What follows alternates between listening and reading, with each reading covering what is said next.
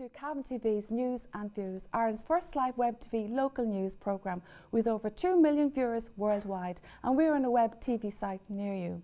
My name is Áine Duffy and we bring the programme to you weekly on Fridays, live 7 to 8 Greenwich Mean Time. Each week we take a look at what is going on in the county and invite guests to chat live in the studio. If you have an event you want us to know about or an issue you'd like discussed, please email us at drumlinmedia@gmail.com. So, anything interesting going on, please do let us know. Fantastic programme this evening. Our writing group with a difference have come all the way from Greystones in County Wicklow to talk about their book, We Turned Tears into Laughter. And in the studio as well, his song went viral on the net. His first TV appearance was on the Late Late Show. He sang live in Croke Park in front of many thousands with his guitar, and we have him in Cavan TV's studio this evening. It's the song that everybody's singing at the moment. It's the Carrot Macross Man from Marty Mone, and he will perform Hit the Diff. Okay, so isn't it fantastic weather, folks, at the moment? Bright sunny days. The average temperature is between 12 and 13 degrees Celsius. That update is for the benefit of our viewers who log on worldwide. This week I'd like to say hi to Nicola and Jared McCullough. Nicola is originally from Oak Hill in Ballina and they now live in New York. We hear, Nicola, that you are expecting good news just before Christmas, and also we hear that Trisha King is really dying to be a nana. I'd like to say thank you to our resident photographer, that's Martin Sheridan Baileyborough, for the fantastic backdrop he sends each week, and there behind me you will see the town lake in Baileyborough. So thank you, Martin, and keep those photos rolling in.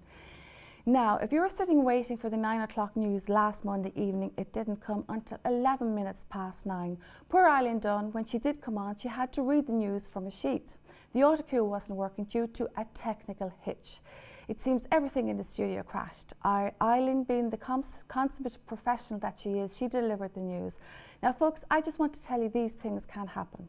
Teleprompters can break down, the sound can go, the backdrop could disappear, and it's even known that the presenter can disappear. So just want to let you know. Okay, so let's have a look what's happening in County Cavan this week. First up, I want to remind you that tomorrow night, the 10th of October, or tomorrow, is World Homeless Day.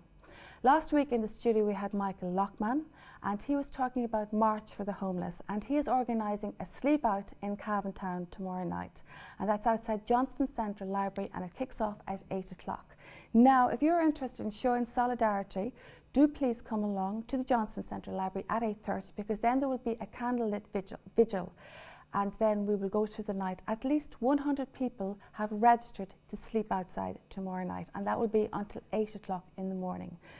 If you want to see that interview with Michael again, you can log on to drumlinmedia@/video, and you can see last week's programme. Also, I'd like to tell you that if you download this app, www.new.livestream.com, you can see Cavan TV 24/7, anytime, anywhere. So remember that.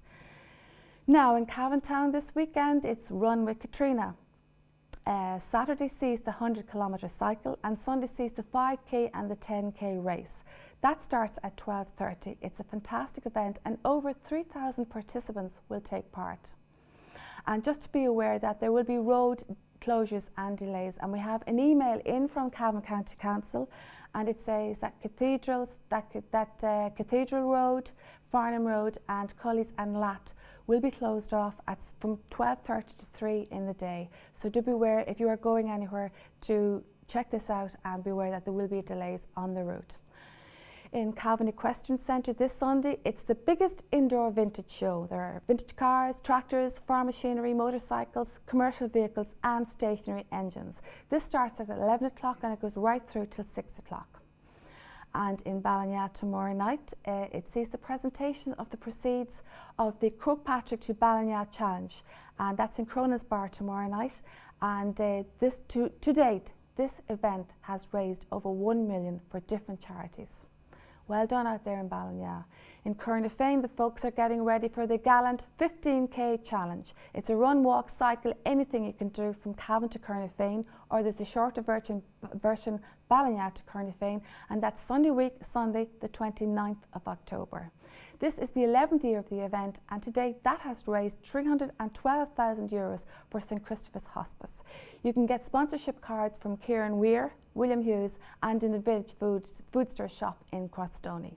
Starting time there is 11:30 in the morning. Big dance night in Town Hall Civic Centre in Belturbet tonight, and music is by Ali Harn and Marion Curran, and the doors open at 10 o'clock. Also, for more dancing, go to the Lavy Inn on Sunday night, where Rhythm and Sticks play, and dancing 10 till 8 it says, and also you'll get some supper there. Killashandra has a series of creative workshops on drama, art and music, and if you are interested, they start next Monday night, that's October the 12th at 7 o'clock in the Resource Centre. The cost is €70 for 10 weeks, well worth joining. Now for some comedy this weekend, you can go along to Gallenray House, and that's near Cootehill tonight, and Seamus O'Rourke is performing his one-man show, Indigestion. Doors open at 8:30 and admission is €10. Shercock Athletic Club are hosting a 5k and a 10k. That's a jog, walk, run, and that's next Sunday week, the 29th, and registration is at 12:30. It starts at 2 and registration fee is €10. In Cootehill Coon, that's the Cancer Social Support Service, and they meet every Tuesday morning at 10:30 to 1 p.m. in the Credit Union. Now Coon, if you did not know, it offers gentle exercise, alternative treatments, and a counselling service, and this is a free service, and anybody affected by cancer is most welcome. Ghana wants to thank all who contributed to the Taddytown efforts this summer. A special thanks goes out to all who took part in the SES scheme. You may or you may not know that Ghana was third in the County Cavan Tidytown, and next year they hope to get first place. So well done out there in Ghana. And yes folks, there is a tractor run this week. There's one nearly every week, and the one this week is in Ballinamore. It's on Sunday at noon, and there will be a vintage Massey on display, and that kicks off at 2:30. Don't forget folks, if you want your town news mentioned with us on Drumlin, you can send in your email to drumlinmedia@gmail.com. And the same for folks abroad and everybody watching abroad. If you want to send us some news, email us at drumlinmedia@gmail.com. Belturbet has its car boot sale every Sunday mornings, and that's at the station from 9 a.m. to 2 p.m. Just items that fit in the car boots, it says here, please. And all monies from that go to Belturbet Tidy Towns Committee. Lavy News, there is dancing in the community centre on Tuesday night. Who goes dancing on a Tuesday night? But never mind, music is by Showbud. Supper is served and admission is €10. Now, would you like to try to pay we would like to pay tribute to Ireland's oldest twins. They were 75 years old and they passed away, and they lived in Cavan. The two ladies, Kathleen and Sheila Keoghan, were born in Auckland in Ballygame in 1920. The two ladies left Ireland and they trained as nurses in England. They had a long and varied career, and they survived the bombings in London in World War II. In their retirement years, they returned back to Ballygame and subsequently they were cared for in the Loch Sheelan nursing home. Neither of the ladies got married, and the amazing coincidence is that last Friday night, Kathleen passed away peacefully, and on Sunday, Sheila, who did not know about this, she passed away peacefully on Sunday. They worked together, they were always together, and last Tuesday morning, they were laid to rest together. That's the end of the news. Okay, as I mentioned him in the programme, he is in the studio. It's Marty Mone, and he's all the way from Castleblayney, folks. You heard it first last week. He went from 0 to 60. He performed on his first TV performance was on the Late Late Show last week, but we have him in Cavan TV this week, and we also have a live audience in the studio this week. And I want you, ladies and gentlemen, everybody, to give it up for Marty Mone from Castleblayney.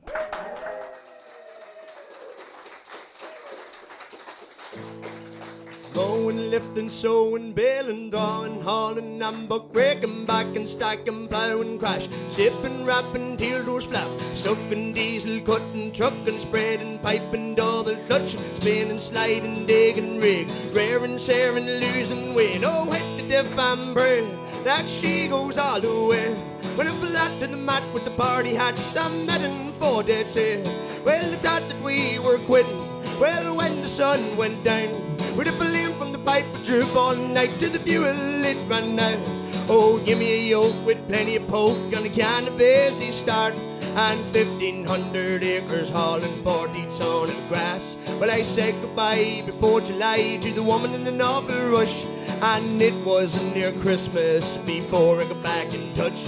Well, I found a set, but I had no brakes, couldn't keep it cool. We had loads of power right behind the now, so we give the pump a screw. Well, out all night with no lights, only seeing stars, and the gloom from the moon, and the diesel light in the dash. Well, it's mowing, lifting, sowing, baling, drawing, hauling, and buck breaking, backing, stacking, ploughing, crash, sipping, wrapping, till doors flap, sucking, diesel, cutting, trucking, spreading, piping, double clutch, spinning, sliding, digging, rig, rearing, searing, losing weight. Oh, with the diff and bread, that she goes all the way. When I fell out in the mat with the party had some medding for they'd say, well, they thought that we were quitting. Well, when the sun went down, with a flame from the pipe we drove all night, to the fuel it ran out. Oh, overload on a downhill road, slapping through the gears, sending Snapchats of what I'm at to everyone on the beer. Hit the jewel the low and start the road, all wheels in the air. It was my chance to graze the nibbles I never knew was there. When I need some sleep and you teeth for digging, dozing in muck, in case it rains, need an old chain lying in the truck. Well, it's climbing, liming, mixing, piping after the field is cut. There's a many's a gap you won't get at without 6,000 foot. Well, it's mowing, lifting, sowing, baling, drawing, hauling, and buck break, backing, stacking, ploughing, crash, sipping, wrapping, till doors flap, sucking, diesel, cutting, trucking, spreading, piping, double clutch, spin, sliding, digging, rig, rearing, searing, losing weight. Oh, with the diff and bread, that she goes all the way. When I fell out in the mat with the party had some medding for they'd say, well, they thought that we were quitting. Well, when the sun went down, with a flame from the pipe we drove all night, to the fuel it ran out. Oh, hit the diff and bread, that she goes all the way. When I fell out in the mat with the party had some medding for they'd say, well, they thought that we were quitting, cause the summer doesn't last, but we're heading to New Zealand, where the crack it only starts. Well done, Marty. Well done, and thank you so much for coming in the studio this evening. I saw you last Saturday, and I have to say fair play to you. Last Saturday you came to Cavan General Hospital. It was Children's Awareness Day, and you came in and you sang your song, and I was just so amazed. All these little children, they were all sitting on the ground in front of you, and they were just looking at you, and they had every word of your song. Yes. It's amazing. Yeah, the children. What's going on here? I don't really know, because like if you went to write a song for children, the lake, you wouldn't have wrote Hit the Diff, That's you know. A good point. So it's them that actually has what it is. They were just there sitting, looking at you, concentrating, and just looking, and every word coming out, not a word missed. Amazing. No. And it is a hard song to sing because you're firing them out there, the words as quick. I don't know how you remember it yourself, but well done. Marty, how did it all start? Well, it sort of just started. I'm a driver myself, sort of on the country, lorries, diggers, tractors. So I was just come up with this idea. It'd be a good crack. Always was writing songs of all sorts, but I said I'd write a song based on that for the crack. I was building a new studio, and I says, well, I'll write the song and record it in the new studio to test it on the internet, YouTube, and all that, to see what it sounds like. And that's really two of the reasons why I sort of just decided for the crack. I didn't really think I used it because I didn't think it was really much good for anything else, if you know what I mean. Yeah. So that's really what happened. It sort of just took off. Brilliant stuff, and I like the video you put out as well. But do you tell me it's just photographs, is it? That's right. That's actually photos I took myself, me and another man who was working at that. And I based the song sort of around them photos, you know. So that's the way I sort of lined the video. It tells the story itself. Well done. Also, Marty, you are in the band The Mad Ass Mules. Yeah, that's right. Yes. So we're gigging all over the country. The Mad Ass Mules weddings, festivals. You're a wedding band. That's right. Weddings, everything. Festivals. So yeah, pubs. Okay. So any big gigs coming up? Yeah. Well, it's the biggest one, there's big enough ones later on, but this closest one would be probably the Jamboree in the Park up in Fitna on this. I think it's Friday the 6th. Friday the 6th, so that's a big gig. I think it's with Johnny Brady, and then I think Nathan Carter's playing it that weekend too, and different ones. So that's the biggest one Okay, so just give me an idea of your music. Like you were telling me, we got speaking briefly before the programme, kind of trad Irish or trad, a mix of country in there as well. What's going on? That's right, yeah. It's a mix of everything. So it's a lot of country, like, so some weddings will be more country than other pubs will be sort of like disco bars and that, so we sort of trad it up, you know, kind of rocky country. So whatever way it sort of goes, there's a banjo and accordion in it. And sort of just, even with modern music, we sort of put the banjo and accordion. So you've got your genre and you've kind of like hit the nail on the head sort of thing. Right, you certainly did with that song. Yeah, and that song, I sort of done that in my own time. That was sort of off the side of the band, but we're still gigging it with the band. Yeah, but you have got, if anybody out there wants to Google, you've got Marty Mone Music. Yeah, that's right, Marty Mone Music, all the sites. Yeah, all sites, you can go in Facebook, there and watch Twitter, that. And of course you can log on and see the Mad Mules as well. The Mad Ass Mules, Mad Ass Mules. Yeah, after it, yeah. Okay, you're hot from the Late Late Show. Well, at least you were last Saturday in Cavan General Hospital. Late Late Show, that's brilliant. I mean, everybody aspires to get onto the Late Late Show. I think that was your first TV appearance, but it wasn't really. You were in Croke Park as well. I was trying to stammer that out at the beginning of the programme. Tell us about that. Yeah, so I only put it out at the start, just before the new year come in, and since that, like most radio stations have been on and doing things. And then Croke Park actually got on to me to sing between the match between Monaghan and Tyrone. So some honour, wasn't it? Very, yeah. So I played in the centre field to that, so it's a bit hard to take that in, you know. And then when the Late Show it come up, then like within say 7-8 months, and it's just went from you know. So if anybody wants to get your song and haven't got it already, how do they get it? Download it from iTunes? Yeah, download it from iTunes, and I have a new album coming out now with another new song. Okay, this is your chance now, Marty. Tell everybody about the album. Yes, well, at the minute Hit the Diff is on iTunes, and there is a single of it out, but it wasn't just put out that far. But Hit the Diff will be on the new album, but there's a new song also coming out. Something like Hit the Diff. It's hard to know how the song would do as well again, but something like Hit the Diff, and then there's 9 other songs on it as well, including Hit the Diff. Okay. Of different genres. So when do we expect that? It's in November. Maybe the new song will be out start of November, middle of November, so the album should be out. Yeah. So. Okay, Marty. Well done. Yeah. Well, thanks very much. That's from 0 to 60. And well, it is. Yeah. So well done. We wish you the best. Well done. You've hit the nail on the head with whatever you've done there. So well done. Yeah, thank you so much for coming to studio. I know you're flying off, and maybe you're going off to another gig or something like that. We wish you the best, and well done. No bother. Thank you very much for having me. Thanks, Áine. Thank you. Give them a clap there, everybody. Okay, now, so folks, yeah, well done, well deserved, well done, Marty. It's just going to go now in a second, but you're watching Cavan News and Views. Now, as I said at the beginning of the programme, we have got a writing group with a difference in the studio, and a bunch of really lovely people have made the journey all the way this evening from Greystones in County Wicklow. So we're going to go to a quick break, but please do come back and hear what they have to say.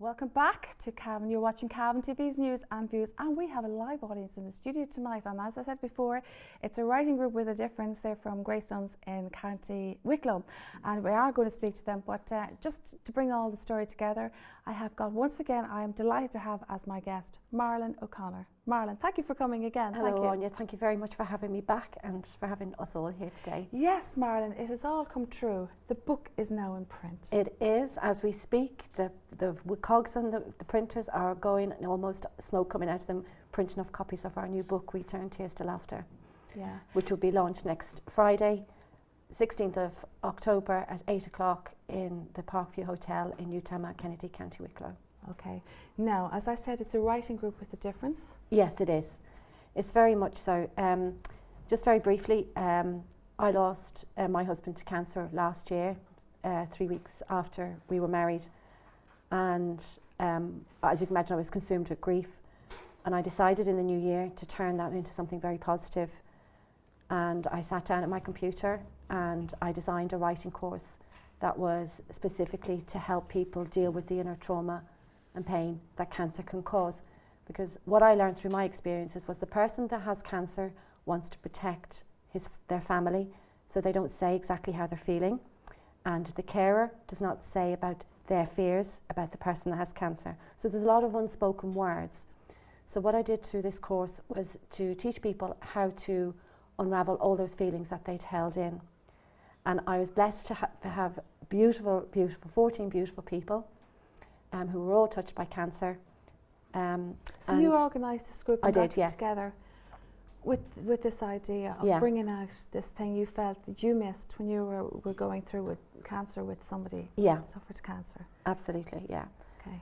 And we as a group, we had a group in the morning and a group in the evening on Mondays, and I taught them how to write their stories.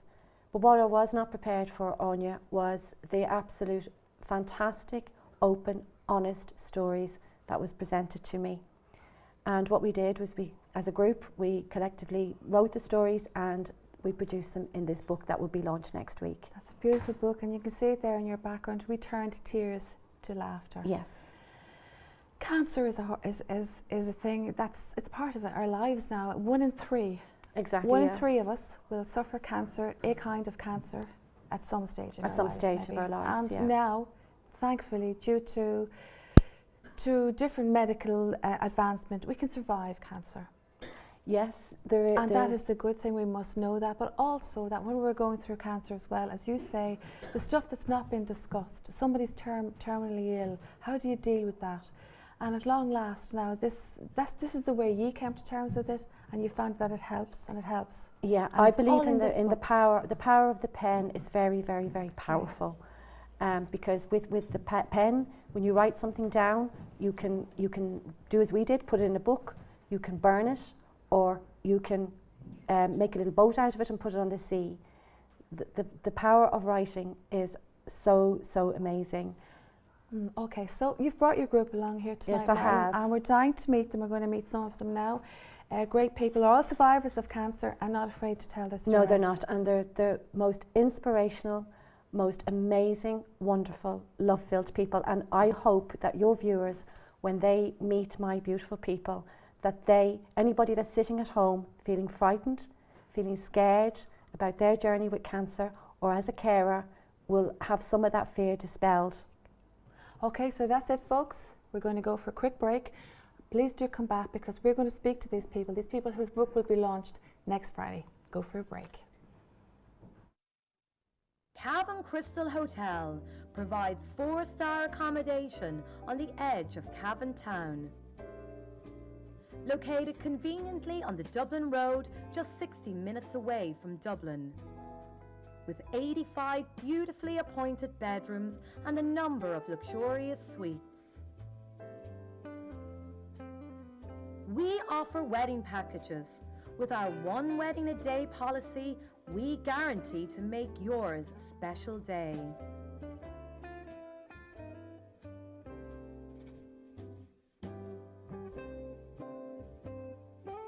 Enjoy a meal at our award-winning Opus One restaurant, or have a drink in the atrium or residence bars.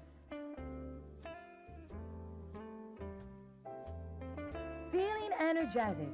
You can work out in Zest Health and Fitness Club, or maybe pamper yourself and visit Utopia Health and Beauty Clinic, or Avita's Hair Salon, both located on site. Situated only 5 minutes from Cavan Town Centre and local amenities. Cavan Crystal. Welcome back. You're watching Cavan News and Views. A great, interesting, fantastic programme this evening. I have a live audience in the studio, and we're going to talk to some of them now. Welcome, folks. I know. You're all Marilyn's babies. Yeah. She's been talking about you so much for the last while. I'm so glad that your book has got to fruition, and it must be a great sense of achievement and a great sense of I don't know, conquering everything to get your book on the shelf and tell your story. Marilyn, we just talk briefly again about, you know, about the darkness of having cancer, of getting cancer, or maybe a terminal cancer, or maybe not knowing the fear, and also the fear for people, the partners of people with cancer as well. Yeah, well, I mean, I can speak as a partner of somebody that had cancer, and the feelings of helplessness and were very, very overwhelming. You know, the feelings of not being in control. You can't control it, it's, you know, but that was quite consuming. So your book hopes to like throw light on that and some of that to people out there maybe in the same position. And as we always say here in Cavan TV, like when we do suicide programs and so sad things and talks and things like that, if our talk helped one person, well then the whole thing has been worth it. Absolutely. So maybe if your book helped one person, it's all been worthwhile. Isn't that it, folks? That's what you'd like to think. Well, yeah, absolutely, Áine. And what I can honestly say, because I've read this, my beautiful student story so many times, and I can say that there's not one story in this book that won't touch more than one person. You know, they are so inspirational, so raw, so honest, and so true.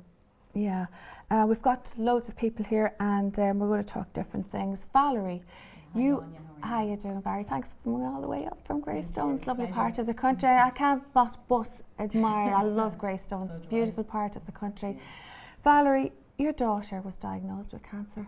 That's right, Áine. My daughter Niamh was diagnosed with cancer. It's a good while ago now. She's almost 21 now, so thankfully she has survived her cancer. But at the time, from a parent's perspective, it was devastating. It really was devastating because we just didn't know what was wrong with her. We travelled around various hospitals. They thought she had a virus initially, but eventually she was diagnosed with this very rare tumour in her pelvis, and that resulted in surgery, emergency surgery. They removed the tumour, thankfully, but then she had to have chemotherapy, and that worked, thank God. But there was lots of other things. Niamh was paralysed for quite a while after that. The doctor said she probably would never walk again, but she did walk, thank God, as well. But they found a secondary tumour then shortly after that, and she had to have chemotherapy and radiotherapy. I think the chemo was one thing, but the radiotherapy just shocked me so much. I kind of wrote in my story that I just wanted to pack up my bags and run with her to somewhere safe. I didn't want them giving her radiotherapy, you know, on her, because it was on her spine. But it was just... How are things now? Well, thank God, she's good. She's a happy girl, young woman of 21. She doesn't have to see an oncologist anymore. So she's in remission as far as... Oh yes, yeah. Because she got cancer when she was a 2-year-old baby, so she's 21 now. So yes, thank God she is good. And Marilyn, the help Marilyn gave me in this group was quite inspirational for me. It was wonderful getting it down on paper, because it took away what was inside for so long. So that was quite inspirational for me. Okay, now Elizabeth, you're going to talk about your story, and that is family history, and your family was hit with cancer. Yeah, first of all, my dad was diagnosed with bowel cancer, and they only gave him about 6 weeks to live, with no treatment, but he actually survived about 15 years later, and he went on to develop prostate and skin cancer as well. So we always thought that my dad would die first. But unfortunately, my sister was diagnosed with ovarian cancer, and there was basically nothing they could do for her, because before this she was in and out of hospital, and they thought it was irritable bowel syndrome, and it just took a while to be diagnosed because it's very difficult to find it. And so she had a hard time. And when my sister died, my mother died a week later of lung cancer.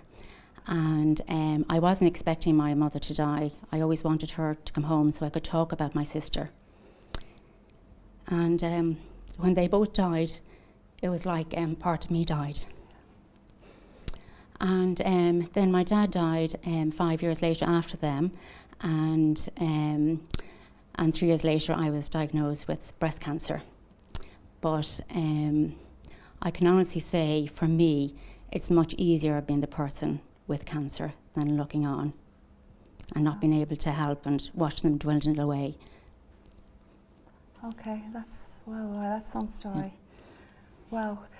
Now, Anna, I want to come to you, and like all this cancer and things like that, and you cannot say how much you want people to actually to kind of look out for themselves, check themselves, look after themselves. Early detection is perhaps a good start. Yeah, that's right. I woke up one Sunday. I had no symptoms. I felt great. I'm working full time. There was no sign really, but one Sunday morning I woke up. I went to the toilet and there was a lot of blood, and I got a really, really big shock. And I went straight to the doctor the next day, and she calmed me down quite a lot, and she said, you only had a checkup 2 years ago and everything should be okay, but we better have a look at it. And so 2 weeks later I had a colonoscopy, and they found a growth, but they didn't say really very much about it. They called me back in, and I just thought, it's just a cyst. But it turned out not to be. It was colon cancer. So after that, I had surgery twice, and but I'm here now, and it's good. So but good recovery. I think if I hadn't reacted straight away, some people say, it only happened once. But there is a test out there. If people want, you can ask for colonoscopy at any time, can't you? Yeah. Endoscopy and colonoscopy, you can ask for that. Mm. So you would recommend, if there's a history in the family, or if anybody just doesn't feel right, go and ask for these tests, would you I say? would definitely say yes, get it checked out. If it isn't right, if it doesn't feel right, get it checked. Don't put it on the long finger. Okay. And I think that goes not only for women, that goes for men as well. Well, I would say, Shane, I'm going to come to you now, and what happened to Elizabeth? My goodness, if that didn't shake your confidence or pull the rug underneath you, nothing would. But it must shatter you when you get a diagnosis of cancer. Yes, in my case, I would have to say I was just after celebrating my 40th birthday, so quite young, although there isn't any age limit on cancer now. It seems to hit very young people of all ages really, but in my case, as I say, I just turned 40. I was 10 foot tall and bulletproof. I thought I was the bee's knees, and I was heavily involved in sport and athletics, and I was running 80 or 90 miles a week and fit as a fiddle and whatever. And to cut a long story short, after being in and out to the doctor after feeling a little bit unwell, I just thought maybe it was something to do with my lifestyle and maybe my diet and whatever. I got the diagnosis of cancer. And with the cancer and the operations and whatever, I was just very unfortunate that things went badly wrong when I was in hospital, and I spent a year in hospital. The hardest part of that, apart from all the scars and being cut open from top to bottom in the front and the same at the back and whatever, I've a lot of bad scars, but the biggest scar of the lot is what it does to you mentally. It knocks your confidence hugely. So what would you say to somebody like at the moment who's going through something?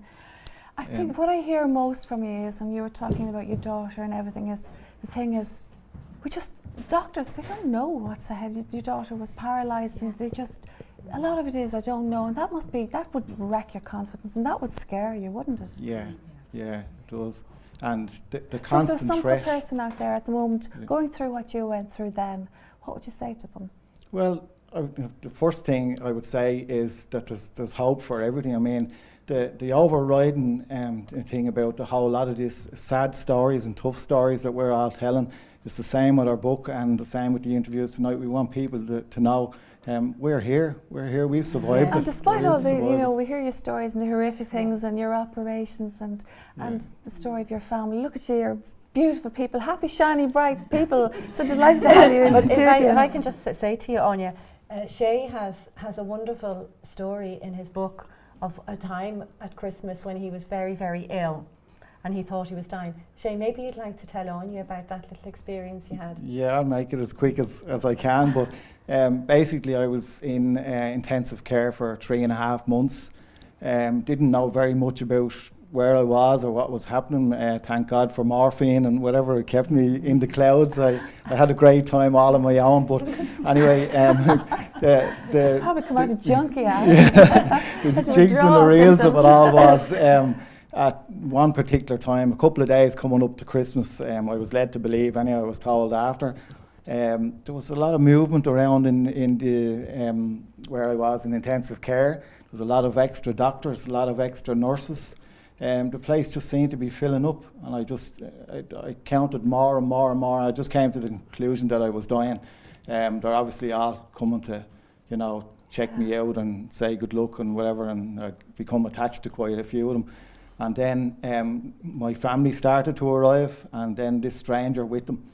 And he put his hand on the bed, and then he put his hand to shake hands with me. How are you getting on? Whatever. I just shook his hand, and I looked the second time, and it was Pádraig Harrington, the golfer. So yeah, my daughter, who was only, I think she was about 14 at the time or whatever, she had written to Pádraig Harrington somewhere in Dublin. She put on the envelope and whatever, and his wife got the message from my daughter to say I was a huge fan of his and whatever, and he arrived and spent about an hour with me there, and I nearly jumped out of bed when I realised who he was. Yeah, so that really cheered you up, even more than the morphine. Yeah, exactly. Oh, well done, and that story's in the book as well. Yeah. Okay, and Paddy, going to get to you. You know, your kind of cancer and the reaction of that men had to you when you did eventually talk about it. Yes, Áine. It would never have been on my to-do list now to write a story about anything, but I found after I had my cancer and after I had treatment and had gone through it, and then when I was meeting men of my own vintage, you know, casually, they mightn't be friends, they'd be acquaintances, you know, and they would have difficulty engaging with me because they really didn't know what to say.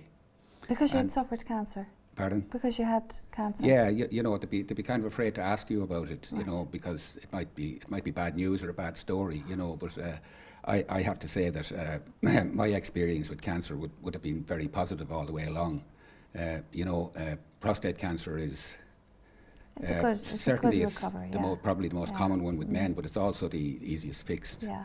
Again, as Áine says there, early check. Okay, can you tell us about that? If there's somebody out there and they haven't done it, say, okay, I don't want to know. What would you say? I would have been because I would have played sports for a lot of my life, and I would have been, you know, in reasonably good condition fitness wise and that. So some people would say to you, you know, oh, you'll never get sick, you know, you're fine, you're in good condition and that kind of stuff. But good luck with that one if you really believe in it. But anyway, I had annual checkups after I retired from work, and blood tests were fine, and you know, everything seemed normal. But then I had a physical examination, and you know, the flag was raised. There might be something there, so I had it checked out further, and then I went on and was told that I did have prostate cancer, and I had. There's a simple blood test for that now, isn't there?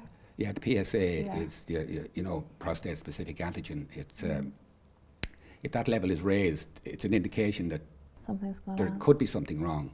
But it's not like a light switch now, it's not black and white. It just indicates that there may be something wrong, because somebody like me who didn't have any problem with their blood, you know, you wouldn't be concerned. And then there are other men who might have a very high level and may not have had cancer, whereas I had a low level and I still had cancer. So, you know, the physical examination is a backup to the blood test, and I would think that it's quite important.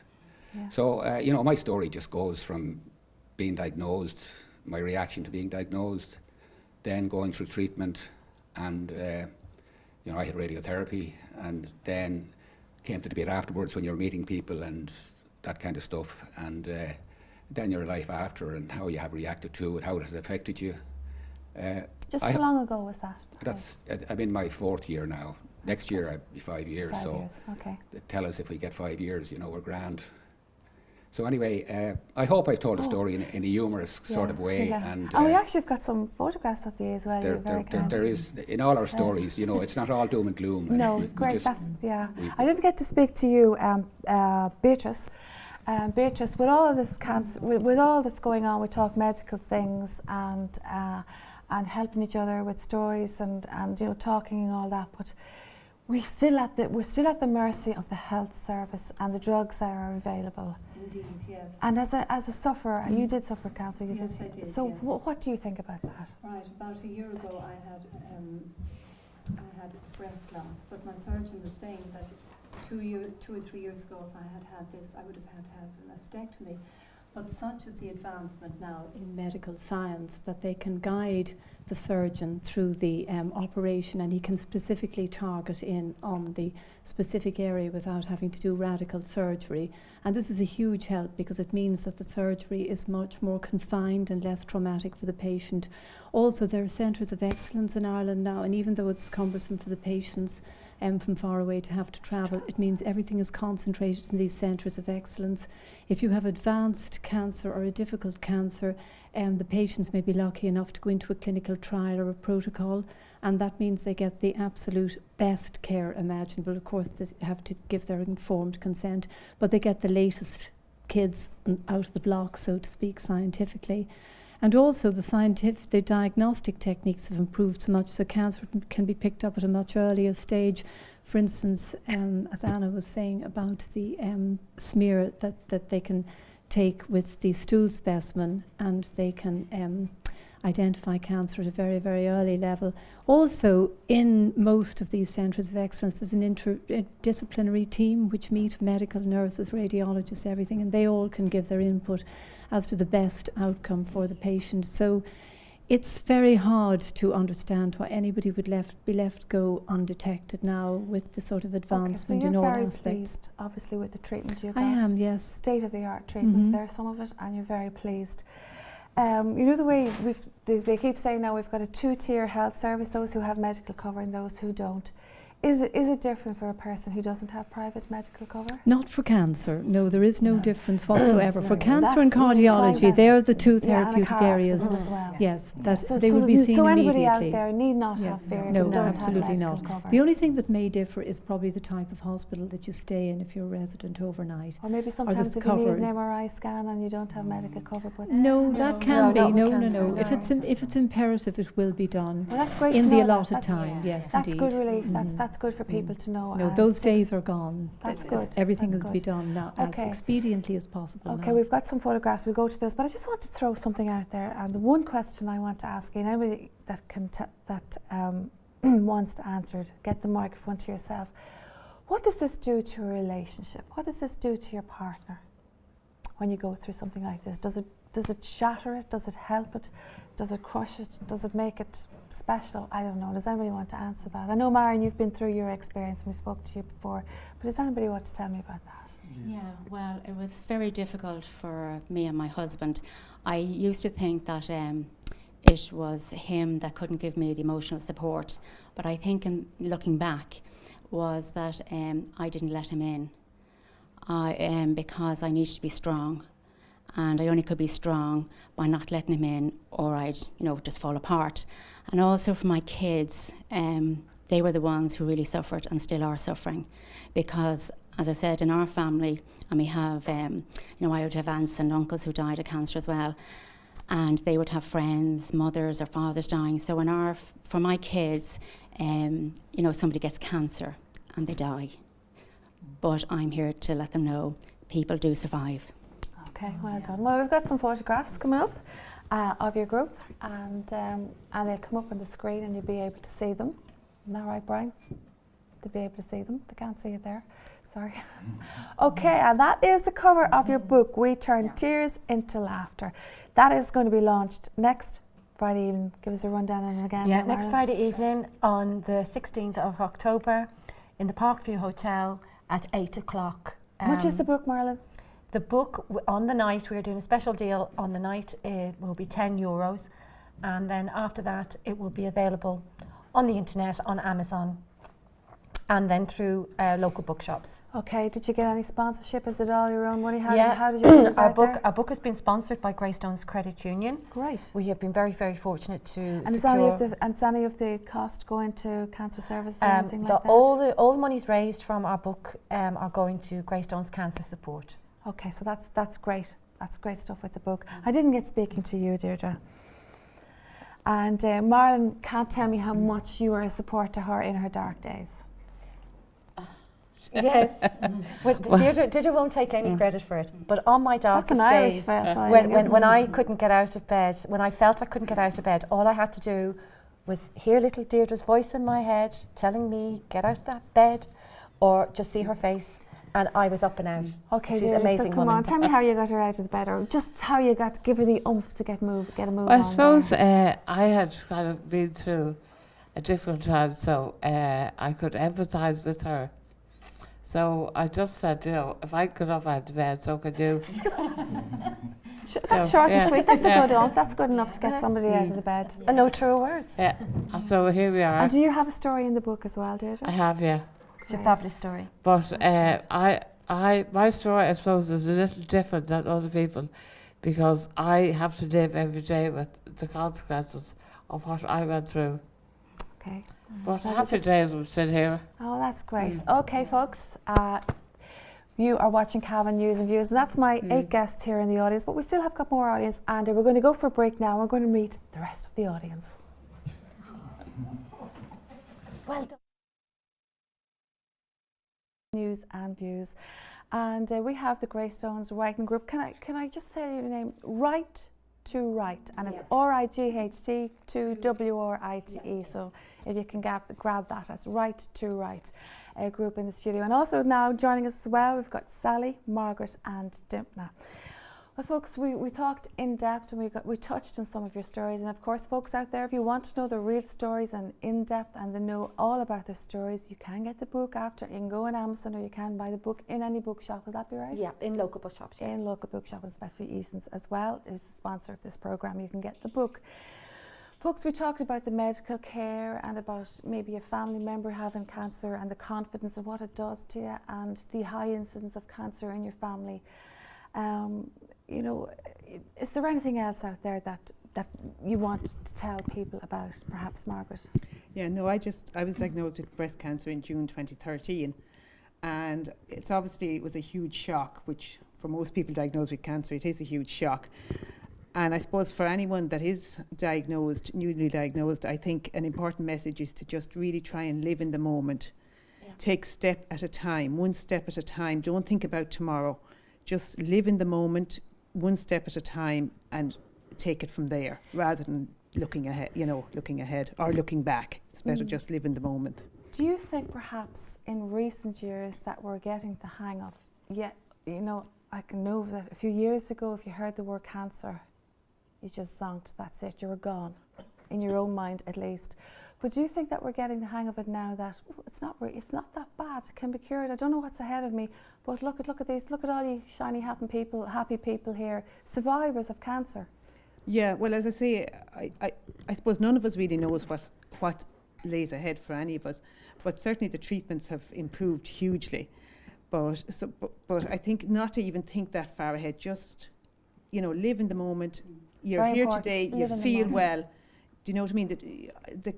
Okay, the treatments can be hard, but you can still be, they have a lot of drugs you can be on to stop you feeling sick and all that. And we're all here today anyway to tell the story. But that's probably my message, is just when you are newly diagnosed, just really live in the moment and don't think too far ahead. Just take the treatment one day at a time. And just once you feel well today, Okay, what helps with the fear factor? Anybody like to tell me that? The fear, it must be a dreadful fear when you're diagnosed with cancer. Is it people that helps you? Yeah. Therapies, counselling, drugs? What helps?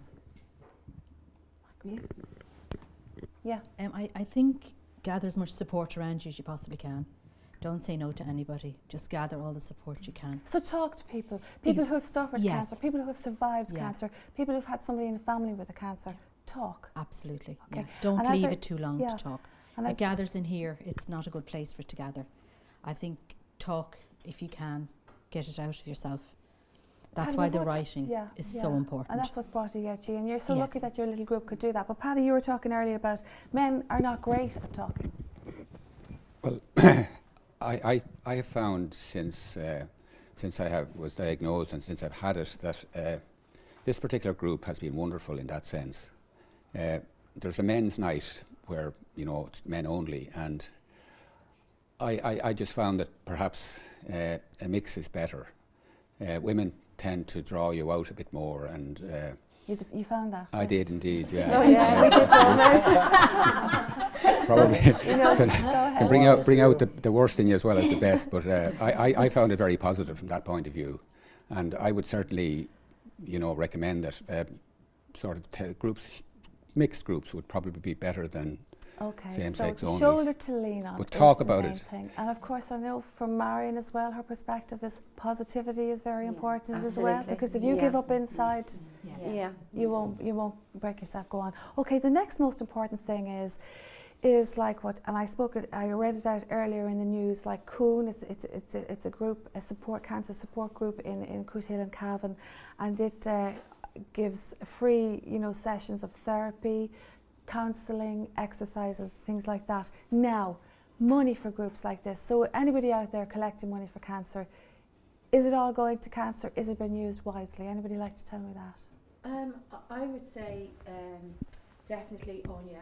I mean, when you look at the statistics, 1 in 3, I mean, that in itself speaks volumes.